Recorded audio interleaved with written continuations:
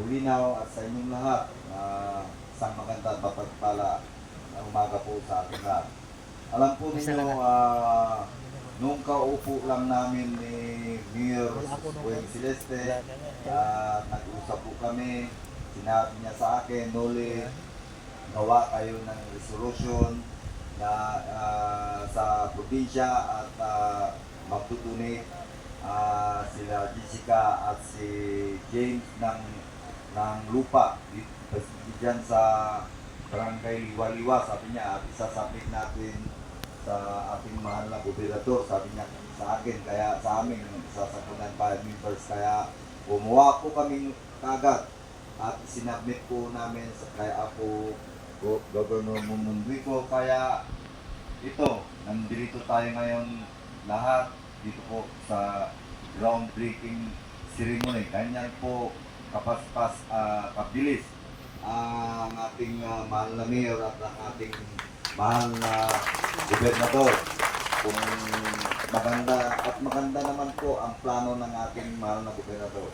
Dahil nakita niyo naman ang Bulinaw community dyan sa Barangay Sampaloc, napakaliit na po at wala pong pagparata. Maraming muntik na po na maraming magkabanggaan dyan o may masakasaan dyan dahil wala pong pagparata.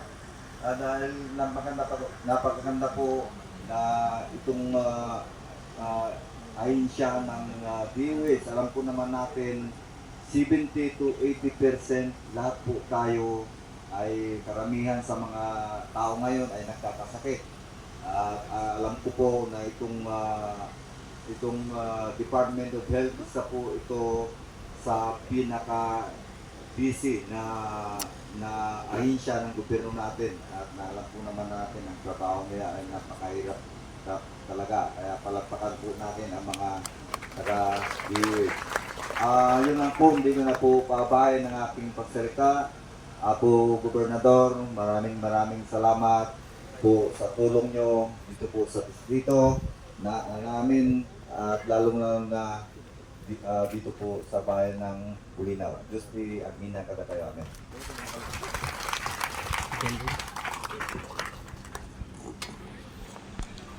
Thank you very much to our Honorable Vice Mayor Noli Celeste for inspiring message. Ngayong umaga po ay makakasama po natin at mapapakinggan ang isang ama ng bayan ng Bulinaw na kung saan ang kanyang dedikasyon at serbisyo po ay para mapaunlad at mapaganda ang bayan ng Bulinaw. Ladies and gentlemen, the Honorable Municipal Mayor Jesus Boying F. Celeste.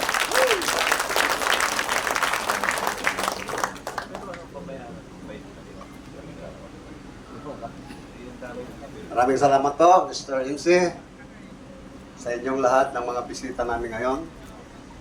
Karangalan po namin mga taga-Bulinaw na nandito po kayo para obserban natin ang groundbreaking na mangyayari ngayong araw.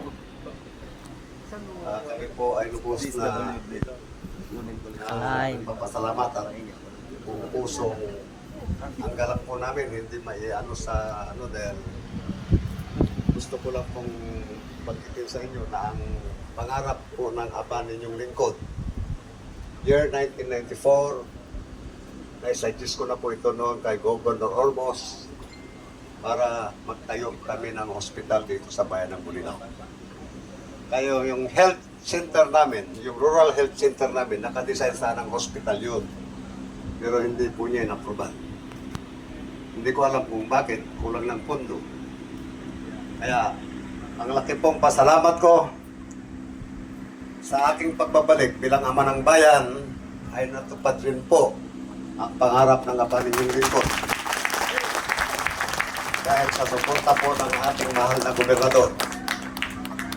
At ganoon din po ang ating congressman, si Vice Governor Lambino, mga board members, ang mga bisita natin dito. Ang proyektong ito, sa sitwasyon na po ng ating bansa, nagkukulang na po tayo ng healthcare services. Kasi marami, mula nung umupo ako 6 months ago, ang dami pong gustong tulungan na kababayan natin na hindi po nabigyan ng lunas. Dahil po hindi sila matatanggap sa mga hospital natin dahil walang bakanting ICU. Kaya yun po ang nakakalungkot na isipin. Kung isipin po natin, mabubuhay pa sana yung tao pero mamamatay dahil kakulangan ng health services. So ito po ang pinakamagandang proyekto na mangyayari ngayon sa bayan ng Bulinaw. Nalaman ko rin po, hindi lang po sa bayan ng Bulinaw ang ginagawa ng ating mga provincial officers na pinangungunahan ng ating gobernador, na marami pong bayan ang tinatayong mga healthcare services. Napakagandang serbisyo po na naisip ng ating mahal na gobernador at sa pag-scope natin. Saludo po kami sa inyo, Gob, Vice Gob, board members, dahil nakatutok kayo sa healthcare services dahil yan po talaga ang number one na kailangan natin sa ngayon. Marami na pong modernong mga equipment ngayon na pumunta sa atin na tinutulak nila yung mga bagong equipment na hindi na po kailangan yung mga x-ray machines na malalaki na nakikita natin sa mga old hospitals natin. Mga maliliit na lang po ang mga x-ray machines na nakikita nila ang mga sakit natin. Mga ECG, mga maliliit na lang po. So sa tingin ko po, dito sa hospital na may tatayo dito, ay sigurado ko po magiging kumplito ang kagamitan dito dahil marami na pong modern na equipment na health services. At gusto ko rin pong banggitin sa mensahe ko ngayon, ang magdudunit po na ang nabutan ko po nung pag-upo ko ay meron na pong 2 hectares na ibibigay ang isang kababayan po natin na si Manang Erlinda Bugarin Dela. Pagpakan po natin siya. Pero kinausap ko po siya, ang hospital po, Manang, kung pwede, dito po sa malapit sa highway, sabi ko sa kanya. Kaya yung lupa mo, Manang, gawin ko na lang siyang fisherman's village para sa mga piskadores natin. So, hindi niya po ako pinahiya, binigay niya agad, pumirma kaagad ng deed of donation, at nag-groundbreaking din po kami kahapon. Binigyan niya ako ng taning. Kailangan maumpisan agad, sabi niya. Kaya bukas, nandun na po ang bulldozer natin, papatagin na po yung lugar. So, ginagaya ko lang po si Gob, dahil mabilis din kumilos ito eh. Action agad. Kasama niya lagi ang kanyang magandang tresurera.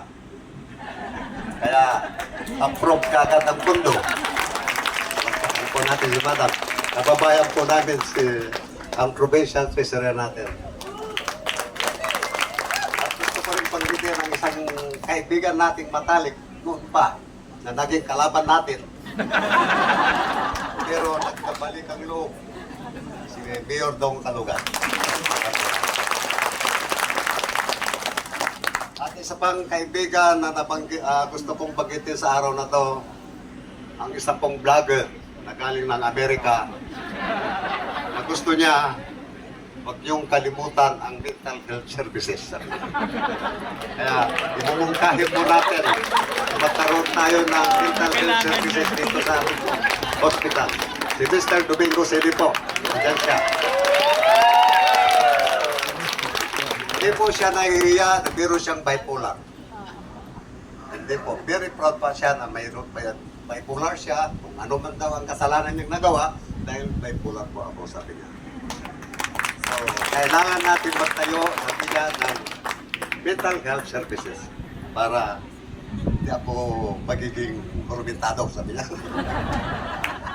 At sa lahat po ng makikinabang dito sa ating proyekto, nandyan rin po ang mga senior citizens natin na sila ang number one makinabang.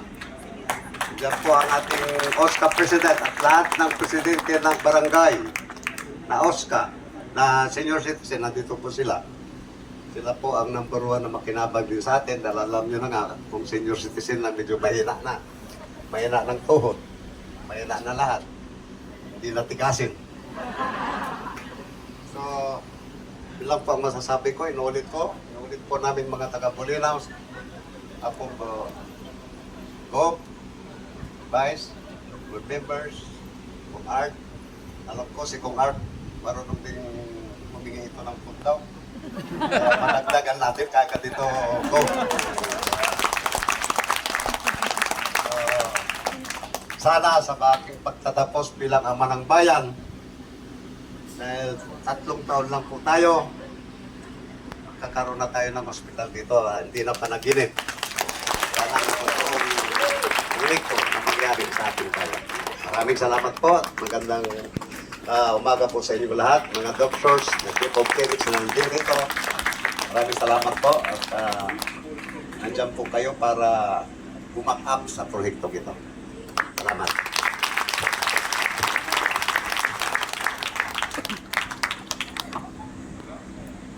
Thank you so